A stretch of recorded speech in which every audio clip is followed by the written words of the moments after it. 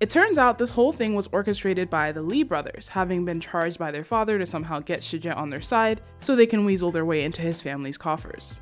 Their plan was to ruin his public reputation with the help of this girl, and then sweep in with offers to help clean things up. So, plan failed. On her way home, Lee is invited for tea by Duke Soo. Well, invited, forced, tomato tomato.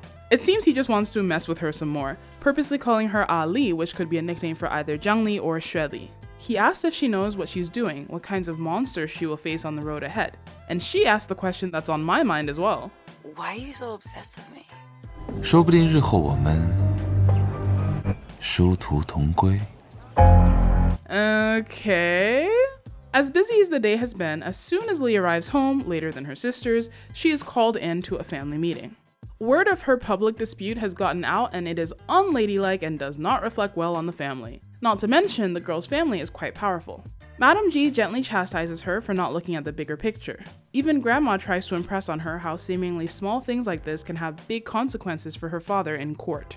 Madam G steps in and asks that Lee is put in her care for a few days to learn more about how to act like a proper young lady. No, thank you. Lee promises that she isn't blind to how her actions affect everyone else, and on this occasion, she thought not just to start a fight, but to publicly show everyone that she is honest and discerning. She hopes to dispel the rumors that the Jiang family did not raise her correctly by being the best she can be. It's a winning argument. The sisters keep trying to make her look bad, but they can't outtalk her. Additionally, Jing-Rei steps in and says everyone was actually on Lee's side and thought her very cool. The nail in the coffin is Jing-Rei tells everyone that the powerful Duke Soo even invited her for tea after seeing her display, that he complimented her and the family.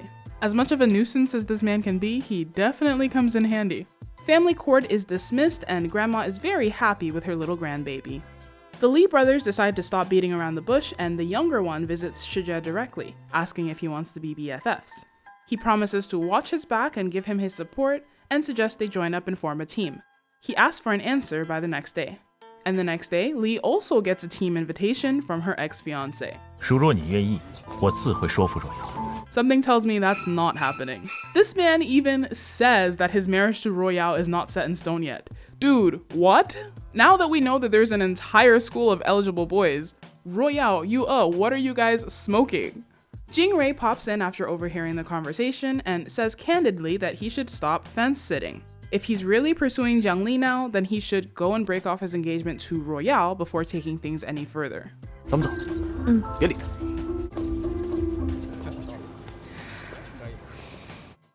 As much as I am loving watching Shun losing his mind, really drama? I was so sure we weren't playing this game. Are we really acting like any evidence in the world would be enough to convince this man that this woman is not Xue Li? It's not like it's been years since he last saw her. It's been a few months, tops. And he knows for a fact that he didn't make sure that she wasn't breathing, like he didn't slit her throat or something. Of course it's her! I'd believe this was a sausage skin filled with pudding before I would believe it was my wife. It's just so ridiculous. Lee isn't even trying that hard to hide it. These conversations have been so filled with double meanings that it should be crystal clear who she is. Even Duke Soo, who saw her once from several feet away, saw through her act in 3 seconds flat. Why? Speaking of Duke Soo, what is up with him and tea? 请喝茶。 He's so pushy and insistent about her drinking tea at times, and I don't know, is he poisoning her? Is it truth serum? I don't have any real theories, I just wanted to stick this in here in case it's setting up for something. Still don't know exactly what his motivations are, aside from just finding all of this interesting, but I do love this line. 要想看好戏，就得先捧角儿。 That makes total sense, and like he said, her scheming might just come in handy for him one of these days. I'm still having a lot of fun watching Madam G, especially her interactions with her daughter. 难不成日后我还要同她再明一堂姐妹相称吗？为了这么点事情跟我大呼小叫，还是你觉得以你高贵的出身、出众的琴艺，会输给一个乡野丫头？回去练琴。 I mean, that is just a powder keg ready to explode. Again, the overbearing parent forcing perfectionism on the obviously buckling child is nothing new, but they're doing it well. I also think Jiang Li's father's personality is becoming a lot more clear now. He's one of those willful ignorance types. Maybe not in his heart of hearts a bad person, but family is clearly not priority number one for him. There are some clear signs that Madam G is manipulating him, but for the sake of having a smooth family life so he can focus on, his work and politics, he's willing to kind of put the blinders on.